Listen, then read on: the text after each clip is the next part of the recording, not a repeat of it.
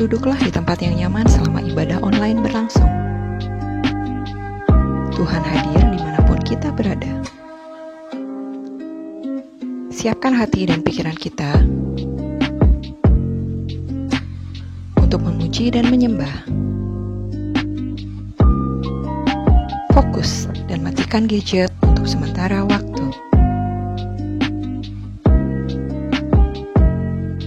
Shalom, selamat berjumpa kembali dalam ibadah online GBI Tendean Mampang.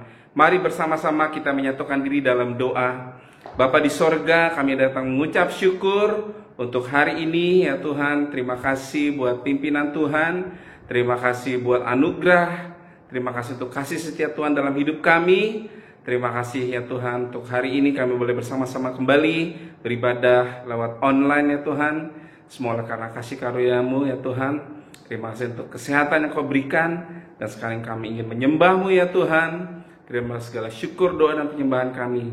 Di dalam nama Tuhan Yesus kami berdoa. Amin.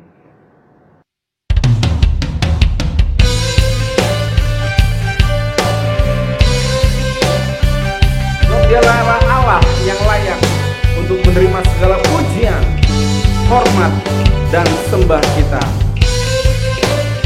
Kami muliakan Kau Tuhan, kami tinggikan nama-Mu.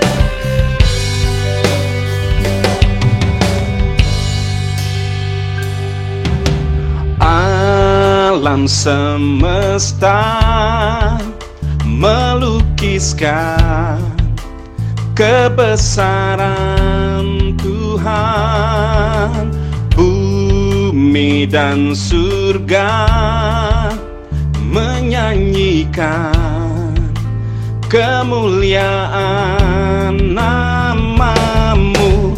Hosana, Hosana, layak dipuji disembah, Kaulah yang bertahta dulu, sekarang dan selamanya, Raja atas segala raja, nama-Mu besar termulia.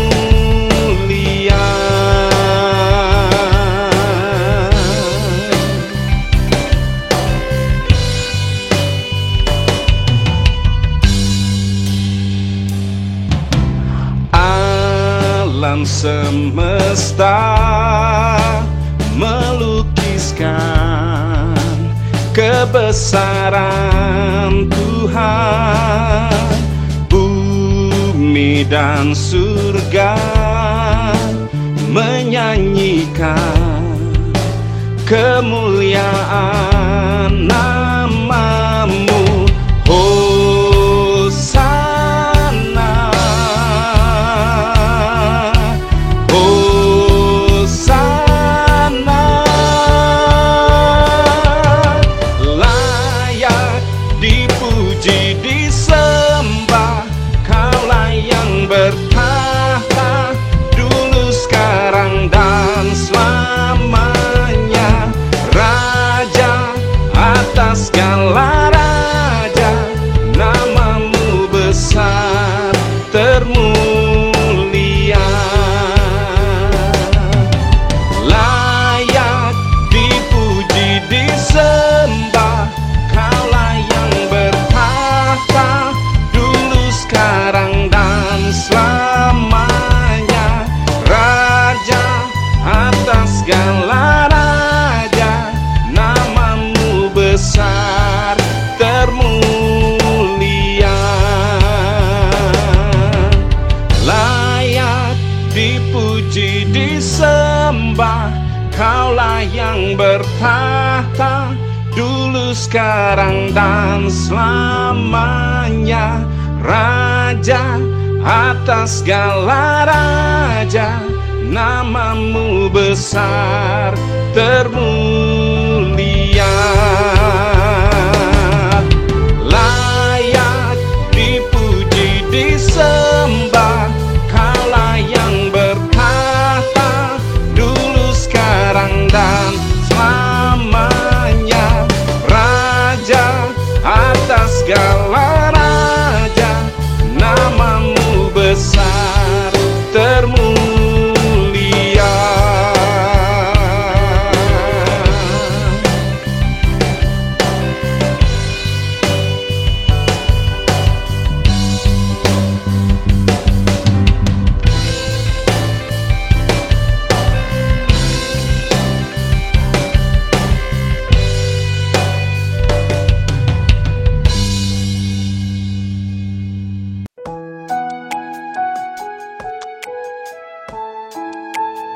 Bapa kita adalah Bapa yang setia.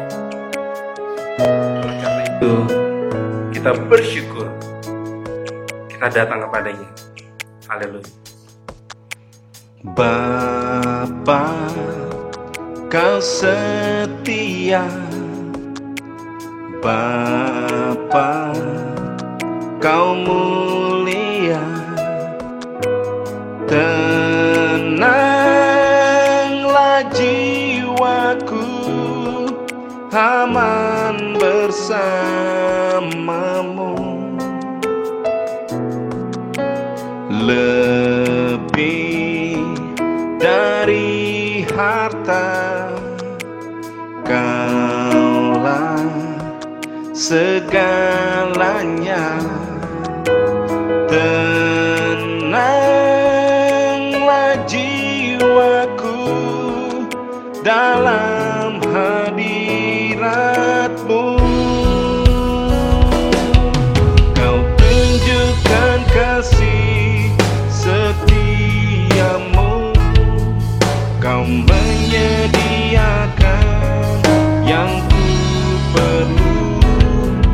Kau setia, Kau mulia, dulu, sekarang, dan selamanya. Kau tunjukkan kasih setiamu. Kau menyediakan yang ku perlu. Kau setia, Kau mulia, Bapa, Kau setia.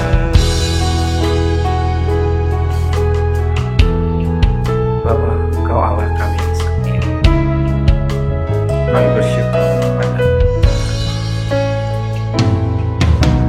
Bapa, Kau setia. Bapa, Kau mulia. Tenanglah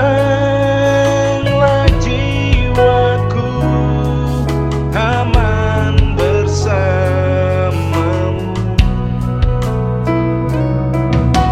Lebih dari harta, Kaulah segalanya.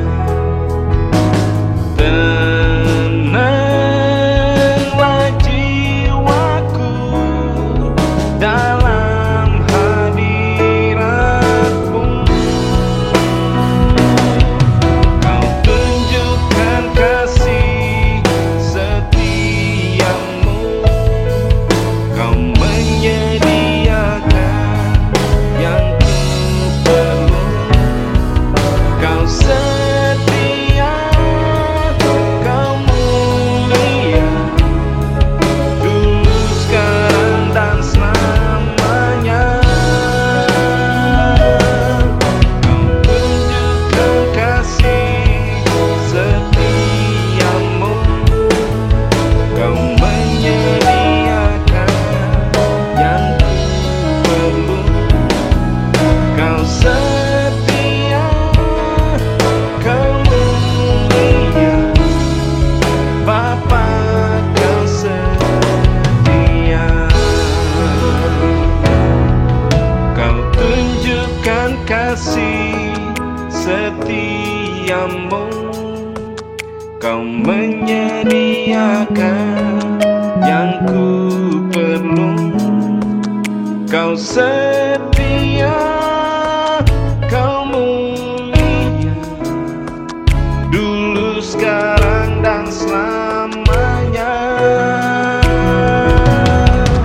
Kau tunjukkan kasih setiamu. Kau menyediakan yang ku perlu. Kau setia, Kau mulia, Bapa, Kau setia. Kau tunjukkan kasih setiamu.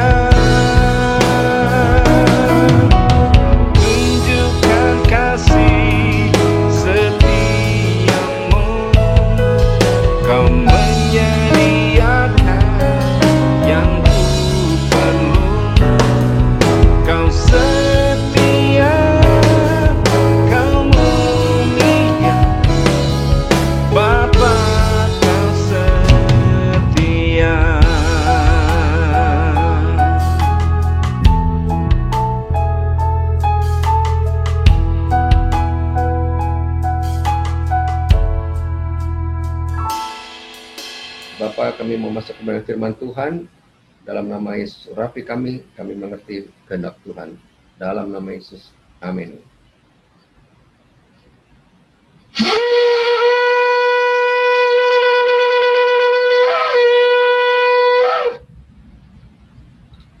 Ya, puji Tuhan. Saudara, Sana Tova Ros Hosana, Tahun Baru Israel 5781. Di dalam Mazmur 90 ayat 12, Tuhan berfirman, ajarilah kami menghitung hari-hari, karena demikian hingga kami beroleh hati bijaksana. Tepat hari Jumat 18 September kemarin, jam 18 waktu Israel atau jam 6 sore, masuk pada hari Sabat. Mereka masuk tahun Ibrani 5781. Nah, perhatikan angka 81, ini dibaca sebagai P Alef. P itu adalah 80, Alef adalah angka 1.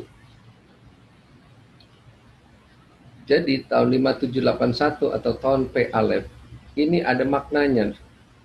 Tahun kata Ibrani gematria itu ada arti di balik angka-angka, dimaknai sebagai tahun mulut Allah. Jadi ini adalah tahun mulut Allah. Firman Tuhan berkata, Yesaya 55 ayat 11, demikianlah firmanku yang keluar dari mulutku, tidak akan kembali kepadaku dengan sia-sia, tetapi ia akan melaksanakan apa yang kukehendaki dan akan berhasil dalam apa yang kusuruhkan kepadanya.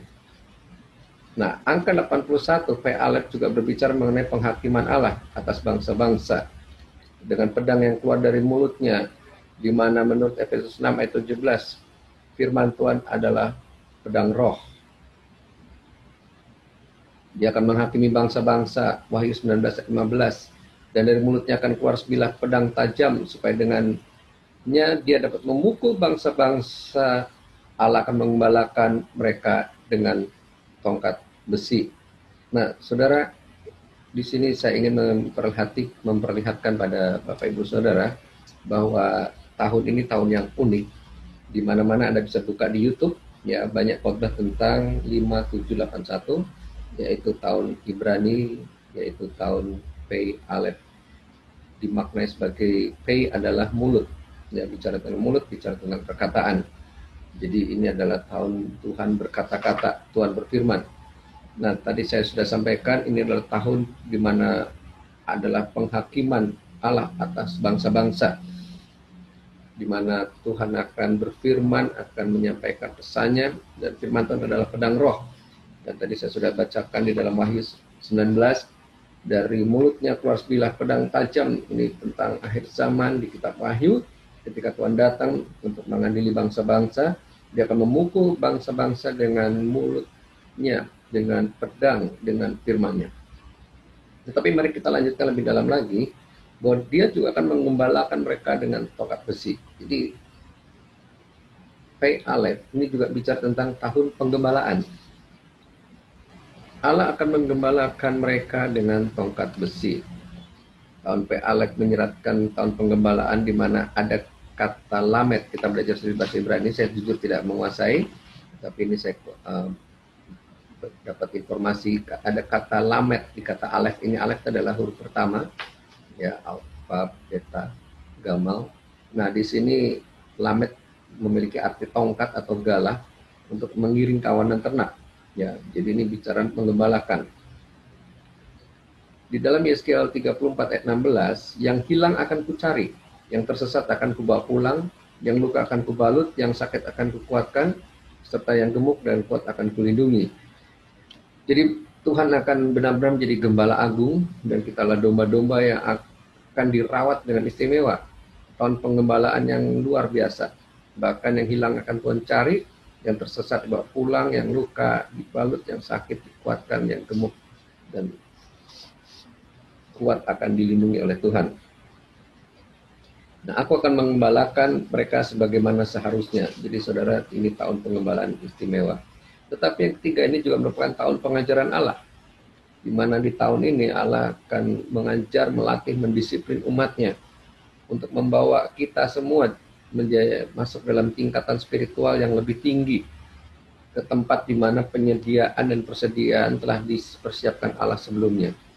Jadi kita ini akan dibawa untuk naik level, dibawa untuk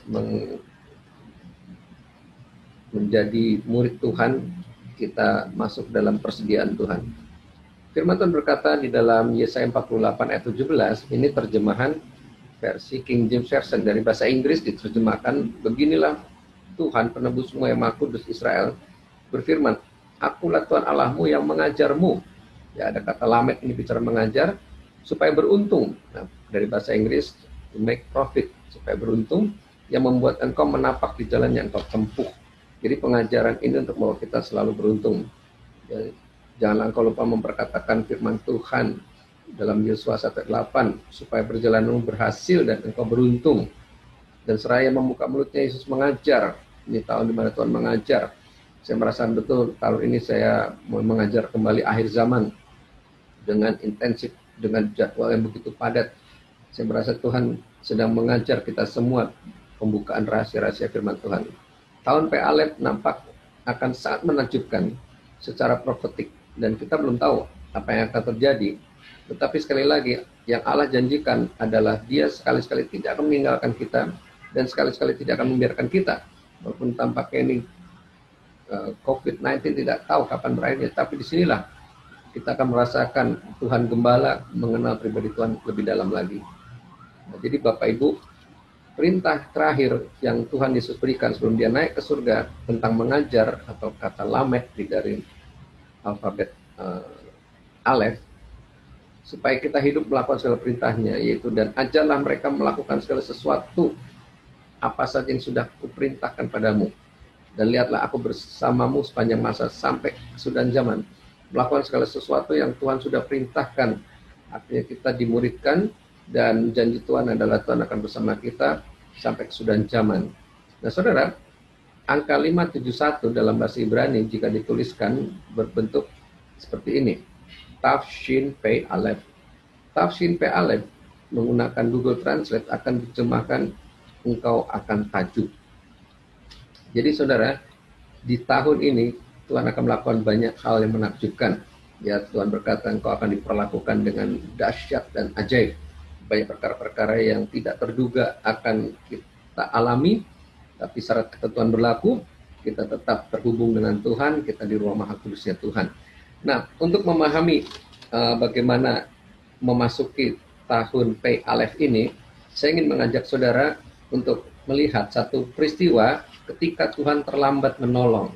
Saudara, banyak orang berdoa, aduh nggak keburu nih kita mempersiapkan diri, atau sudah lockdown, kemudian kayaknya sudah tidak ada harapan, dan tidak sempat persiapan, udah kepaksa harus kena PHK dan sebagainya. Nah, saya lanjut dengan sebuah tema ketika Tuhan Yesus terlambat menolong. Nah, ketika Tuhan terlambat menolong, saudara, di mana di Alkitab 2 kali Tuhan Yesus seolah-olah terlambat menolong sampai yang ditolong keburu meninggal. Ada dua kisah, yaitu kisah anak perempuan Yairus, dan juga yang kedua yaitu kisah tentang Lazarus. Di dalam kisah ini digambarkan bagaimana Tuhan Yesus di Markus 5. Nanti Anda baca silakan Markus 5. Ini kisah ada 3 mukjizat yang Tuhan lakukan. Tetapi di sini ketika Tuhan Yesus terlambat menolong, Markus 5:22, langsung nanti Anda baca semuanya, tapi saya lompat-lompat di sini. Datanglah seorang kepala rumah ibadat yang bernama Yairus. Ketika ia melihat Yesus, tersungkurlah ia di depan kakinya, memohon dengan sangat kepadanya, anakku perempuan sedang sakit hampir mati. Datanglah kiranya dan letakkanlah tanganmu atasnya supaya ia selamat dan tetap hidup.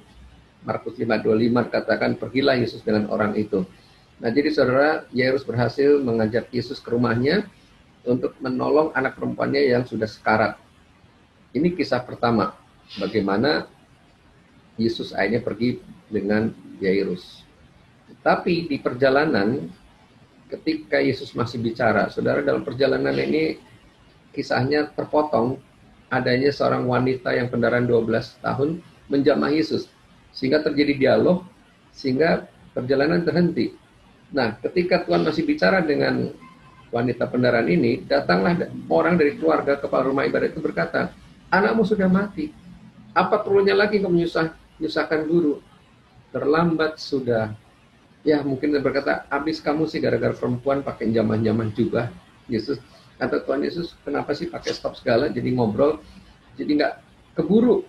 Kita sering berkata, aduh coba kalau kita ketemu dokter yang terbaik, atau kalau kita ketemu Bapak itu setolong, banyak sekali anakmu sudah mati, sudah terlambat.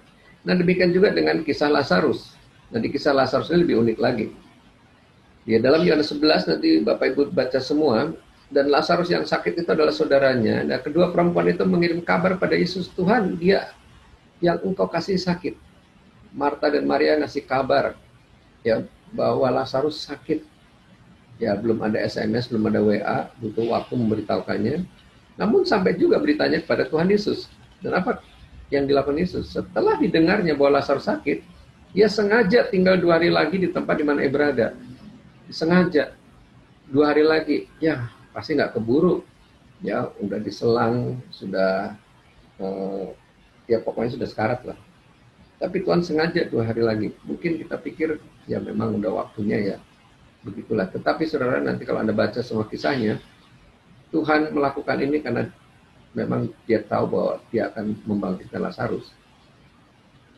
Dan dia kasih tahu pada murid-muridnya, Lazarus sudah mati. Dia terus terang pada murid-murid, Lazarus sudah mati. Dan akhirnya Yesus pergi ke Betania, tempat di mana Marta, Maria, dan Lazarus, rumah Lazarus. Dan benar tidak dapatinya Lazarus telah 4 hari berbaring dalam kubur. Sudah 4 hari meninggal. Nah Marta dan Maria yang sangat berharap pertolongan Tuhan Yesus, akhirnya sangat kecewa. Karena Tuhan Yesus terlambat datang menolong. Kita berharap terus pada Tuhan, ya akhirnya gagal juga. Akhirnya tidak tertolong. Banyak kita kecewa. Tuhan Yesus terlambat datang menolong. Nah, mari kita lihat dialog. Kata Marta kepada Yesus, Tuhan sekiranya Engkau ada di sini, saudaraku pasti tidak akan mati. Itulah iman mereka. Dan mereka tahu Tuhan Yesus sudah melakukan banyak mujizat. Bahkan demikian Maria juga, setibanya Maria di tempat Yesus berada dan melihat dia, bersungkurlah ia di depan kakinya dan berkata padanya, Tuhan sekiranya Engkau ada di sini, saudaraku pasti tidak akan mati. Pasti tidak akan mati. Nah saudara, semua sudah mati, sudah game over, sudah tidak ada harapan, jalan sudah tertutup, sudah mati kesempatan, semua sudah gagal, sudah mati aset, semua sudah sudah tertutup, ya PHK tidak bisa dihindari, kemudian juga tabungan sudah habis, semuanya tidak ada harapan lagi. Inilah yang dialami banyak orang hari-hari ini di dalam masa COVID-19 ini. Sudah game over, mati peluang, mati tabungan, sudah terkuras semua, aset sudah dijual, semua gagal total, akhirnya yang terakhir mati semangat. Sudah sangat terpuruk, sudah habis, tak bersisa lagi. Dan Bapak Ibu, waktu terasa begitu cepat. Kita semua berdoa, berpuasa, berusaha ikhtiar, nggak terasa ini sudah 6 bulan. Tampaknya tidak terkejar lagi, tidak teratasi, tidak ada solusi, tidak ada jawaban, tidak ada lagi peluang, tidak ada titik terang, tidak ada harapan. Terlambat sudah. Semua sudah habis waktu. Tetapi saudara, mari kita kembali ke kisah tahun 5781. Tidak kebetulan kalau peristiwa COVID ini terjadi di tahun 5781. P. Aleph berbicara mengenai tahun penghakiman Allah atas bangsa-bangsa. Jadi saudara, ini memang masa penghakiman. Tapi juga ini tahun penggembalaan dan tahun pengajaran. Mari kita melihat semua dari sudut pandang Tuhan, bahwa memang Tuhan sedang menghakimi bangsa-bangsa, tapi Tuhan juga mau menunjukkan dia adalah gembala yang baik, dan Tuhan mau kita senang diajar. Ya, jadi Tuhan mau kita mengerti kehendak Tuhan pada zaman ini, yaitu melalui COVID-19 seluruh dunia sedang masuk masa penghakiman, agar semua sungguh-sungguh bertobat dan takut akan Tuhan. Nah, jadi saudara, goal dari semuanya ini, ya tujuan daripada peristiwa ini adalah supaya semua takut akan Tuhan, bertobat dan hormat sama Tuhan. Tetapi bagi kita juga jemaat Tuhan, Tuhan adalah gembala yang baik. Tuhan adalah gembalaku. Dia akan maha memelihara, mencukupi, dan melindungi kita. Tuhan mau membuktikan bahwa dia adalah gembala yang agung. Dan yang ketiga, Tuhan sedang mengajar kita untuk menjadi seperti Yesus, berkemenangan. Jadi selalu melakukan kehendak Tuhan pada zaman ini, itu menjadi saksi Kristus. Jadi saudara, di tahun Tafsin Pe Alef, Tuhan mau kita mengalami takjub. Engkau akan takjub. Itulah terjemahan Tafsin Pe Alef. Nah, kembali ke kisah anak perempuan Yairus. Dikatakan ketika Yesus masih bicara, datang keluarga rumah ibadat, anakmu sudah mati. Sudah tidak ada lagi, buat apa nyusah-nyusahkan guru datang ke rumah. Tapi di sini Yesus tidak menghiraukan perkataan mereka dan berkata pada kepala rumah itu kepada, jangan takut, percaya saja. Nah, inilah firman yang keluar dari mulut Allah. Tahun ini adalah mulut Allah. Firman Tuhan akan berkuasa, di mana Tuhan hari ini berkata, jangan takut, percaya saja. Apa saja yang terjadi, cari ayat, cari janji Tuhan. Jangan takut, percaya saja. Nah, kembali ke kisah Lazarus, demikian juga Marta datang pada Yesus, Tuhan sekiranya engkau ada di sini, saudaraku pasti tidak mati. Tetapi di sini beda. Marta ini lebih rohani. Dia mengaktifkan imannya melalui perkataan. Tetapi sekarang pun aku tahu bahwa engkau akan memberikan kepada Allah akan memberikan kepadamu segala sesuatu yang engkau minta kepadanya. Nah, jadi saudara, walaupun sudah terlambat, tapi Marta yakin bahwa kalau Tuhan Yesus berdoa pasti dikabulkan. Allah akan memberikan padamu segala sesuatu yang engkau minta padanya. Dia masih positif. Maka Yesus berkata, saudaramu akan bangkit. Nah, ini jawaban dari sebuah deklarasi firman. Saudaramu akan bangkit. Kamu akan pulih. Kamu akan berhasil. Ya Tuhan, engkau sanggup melakukan suatu perkara. Nah, kali ini Tuhan membuat satu dialog lagi dengan Marta. Akulah kebangkitan dan hidup. Barang siapa percaya kepadaku, ia akan hidup walaupun ia sudah mati. Ini ayat emas, saudara, harus dihafalkan, Yohanes 11 ayat 25. Ia akan hidup walaupun sudah mati. Dan Marta langsung nyamber, ya Tuhan, aku percaya bahwa engkaulah Mesias, anak Allah.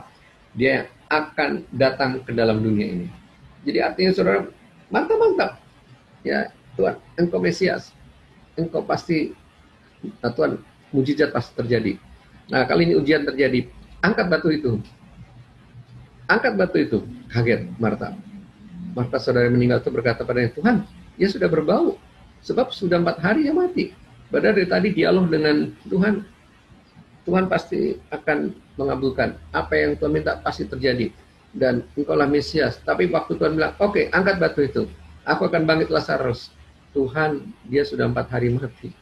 Nah, memang beginilah saudara. Ada ujian yang kadang logikanya nggak masuk akal. Mana bisa. Padahal dia yakin Tuhan akan mengabulkan. Allah akan mengabulkan apa yang diminta Yesus. Dia adalah Mesias. Maka dikatakan Yesus sekali lagi. Nah, ini ada hukum double mention. Diulang ya, supaya progresif. Supaya imannya lebih kuat lagi. Bukankah sudah kukatakan padamu, jika engkau percaya, engkau akan melihat kemuliaan Allah. Jadi saudara, memang Tuhan sengaja mengulur waktu Lazarus mati untuk semua orang bisa melihat kemuliaan Tuhan. Ada rencana Tuhan supaya kemuliaan Tuhan dinyatakan. Nah, itu kisah dengan Marta, dialog dengan Marta. Tapi kali ini Maria datang pada Yesus, tersungkur ya di dekat kakinya dan berkata, Tuhan, sekiranya engkau ada di sini, saudaraku pasti tidak mati. Sama saudara. Karena mereka selalu melihat mujizat demi mujizat. Nah, ketika Yesus melihat Maria menangis, maka maskullah hatinya, ia jadi sangat terharu. Maria ini nggak banyak ngomong. Ya, Maria adalah yang duduk di kaki Tuhan, mendengar suara Tuhan. Marta ini sibuk, Tuhan nanti kita sambil ngobrol, kita minum Coca-Cola, kita makan, sibuk. Maria hanya menggunakan perasaan, dia mengerang. Ya Tuhan, kau tahu isi hatiku. Tuhan langsung, di mana dia kamu baringkan? Kata Maria, Tuhan, mari kita lihat. Ya, langsung action. Melihat, tidak banyak cakap, tetapi hati yang hancur, maka menangislah Yesus. Nah, saudara, di sini kita melihat ada 2 sikap yang berbeda ya dari Marta dan Maria. Nah, di sini ada peristiwa, anakmu sudah mati, ya. Tetapi Tuhan berkata, jangan takut, percaya saja. Bisnismu sudah mati. Sudah saya mengalami, ya, kau sudah tidak ada aset, sudah disita, udah ada pemenang lelang, udah nggak ada harapan. Tetapi di sini Tuhan berkata, jangan takut, percaya saja. Bukan Nah, di sini bukan berarti aset itu jadi kembali, tapi ada yang lebih besar Tuhan berikan. Ada sesuatu yang di luar dugaan. Bahkan boleh saya katakan lebih hebat daripada aset yang bernilai miliaran. Nah, mungkin saudara lain kali saya akan saksikan itu kisah dengan Yairus. Tapi dengan Marta, lain lagi, dia mengaktifkan firman. Kita mungkin sudah punya ayat, ya. Jadi walaupun terlambat, kita tidak putus asa. Kita berkata, Tuhan, aku tahu Yesus sanggup, dia sanggup, engkau sanggup melakukan segala sesuatu. Dan Yesus janjikan, saudaramu akan bangkit. Engkau akan bangkit, usahamu akan bangkit, tidak akan terpuruk, engkau akan pulih. Itu janji Tuhan. Tetapi ujian terjadi. Tuhan berkata, akulah kebangkitan hidup. Terus kobarkan firman dari mulut Allah. Tahun perkatakan firman, tahun mulut diaktifkan. Ya Tuhan, aku percaya engkaulah Mesias, kata Marta. Oke, ujian datang lagi. Sekarang angkat batu. Kita lihat Lazarus akan bangkit. Tapi Marta ragu lagi. Tuhan, ya udah bau, udah 4 hari mati. Lalu Tuhan kasih lagi firman. Jangan putus asa, saudara. Kalau saudara mungkin sudah down lagi, firman akan bertubi-tubi menyerang saudara, mendatangi saudara. Ini tahun P Alef. Tuhan berfirman, mulut Allah berkata terus padamu, jika engkau percaya, engkau akan melihat kemuliaan Allah. Terus percaya saja, percaya saja. Nah, tetapi kali ini Maria, dia sama juga. Aduh Tuhan, kalau ada di sini pasti saudaraku tidak akan mati.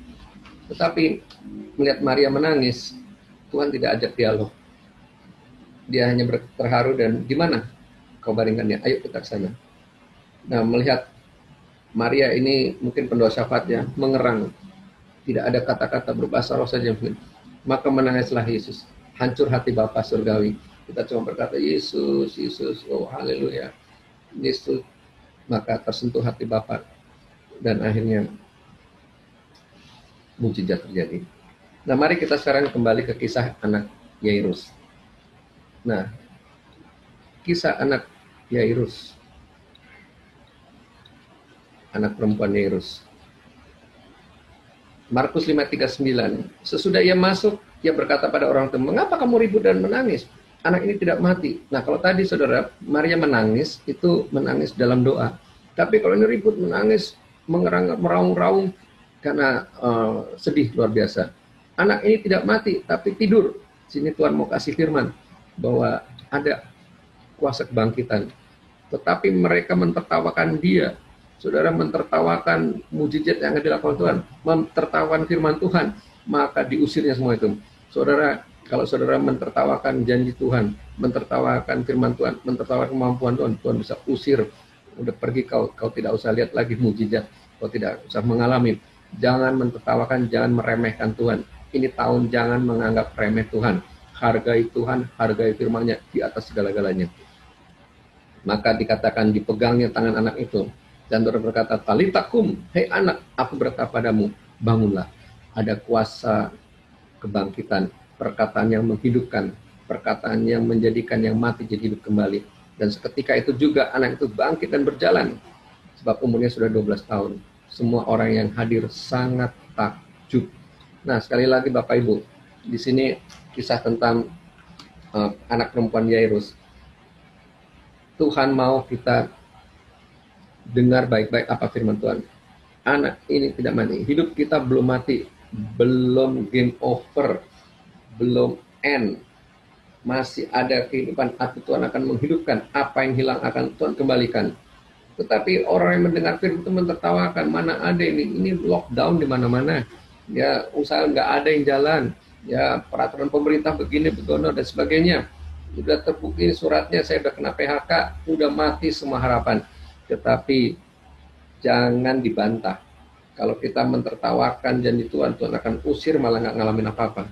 Ya, dan ketika itu Tuhan masuk bersama murid-muridnya, 3 orang murid istimewanya dan orang tuanya, dan berkata, talitakum, hei anak, bangunlah. Nah, saudara, ini firman Tuhan berkata juga, bangunlah iman, bangunlah pengharapan, bangunlah masa depan, bangkitlah hari esok, tampil beda. Semua dunia sama kasusnya. Tapi ada perbedaan anak Tuhan bukan anak Tuhan.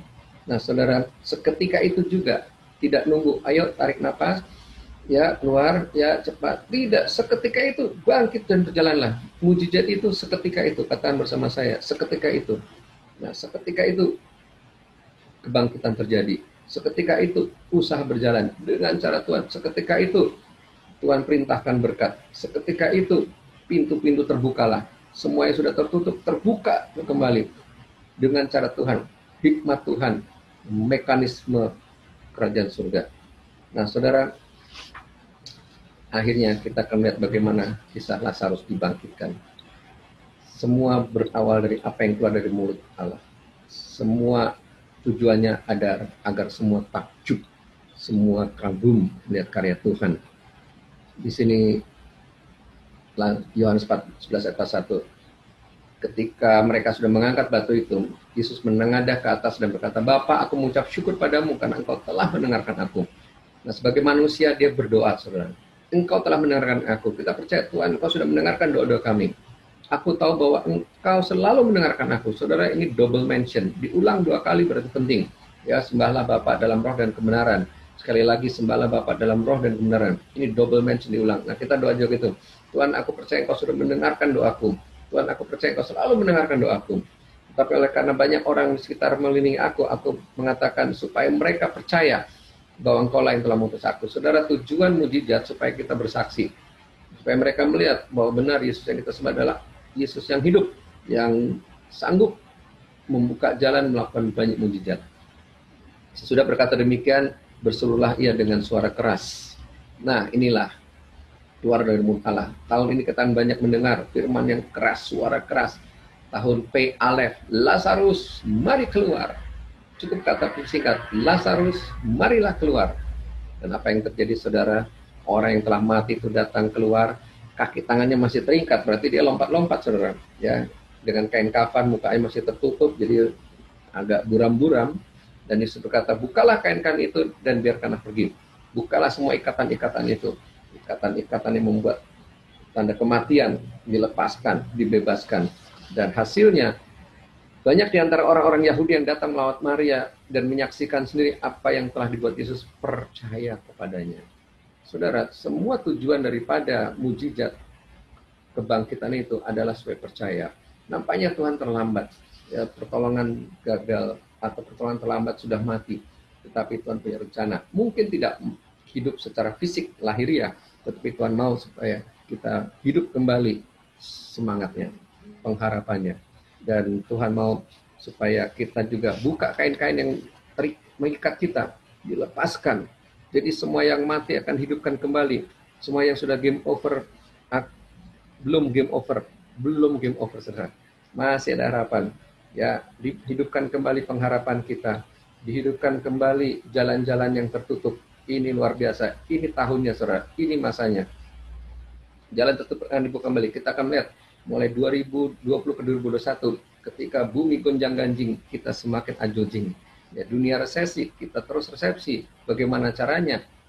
Imani, kita berada di eranya Tuhan, di tahunnya Tuhan. Di tahun 5781 Yahudi. Tahun P Alef.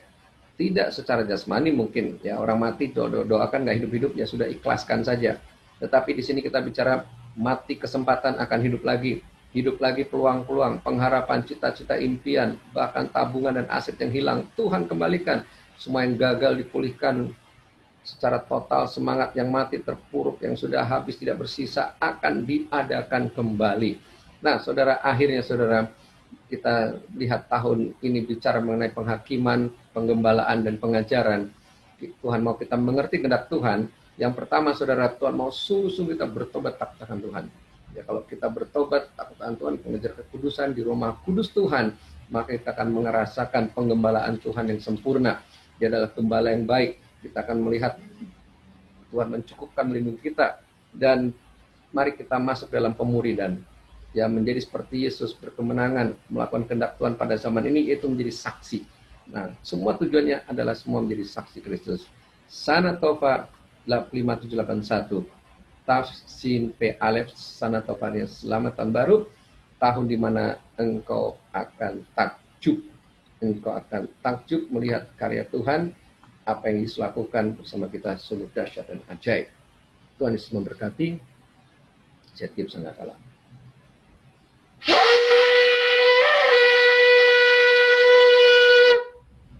Kita berdoa. Bapa, terima kasih Tuhan untuk firman-Mu pada saat ini. Engkau yang sudah mengajar kami berada di tahun di mana penghakiman akan membuat kami takut dan hormat akan Tuhan. Kami merasakan penggembalaan Tuhan, pemberian Tuhan sempurna, dan bahkan kami siap naik level sebagai murid-murid Tuhan, saksi-saksi Kristus, dan apa yang sudah mati dihidupkan kembali. Dalam nama Yesus.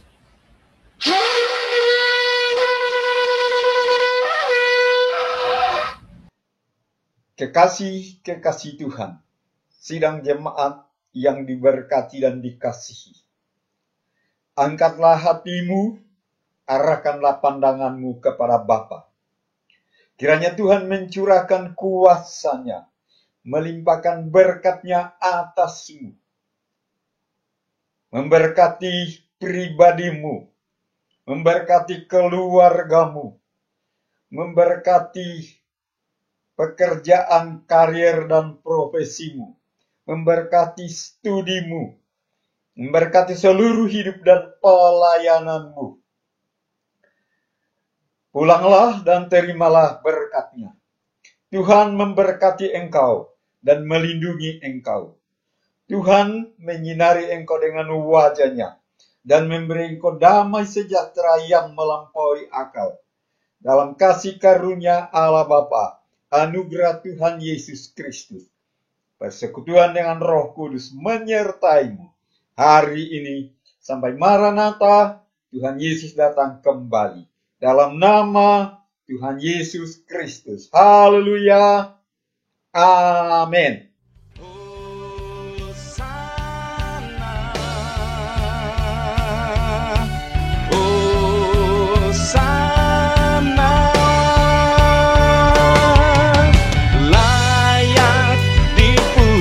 Disembah, Kaulah yang bertahta dulu, sekarang, dan selalu.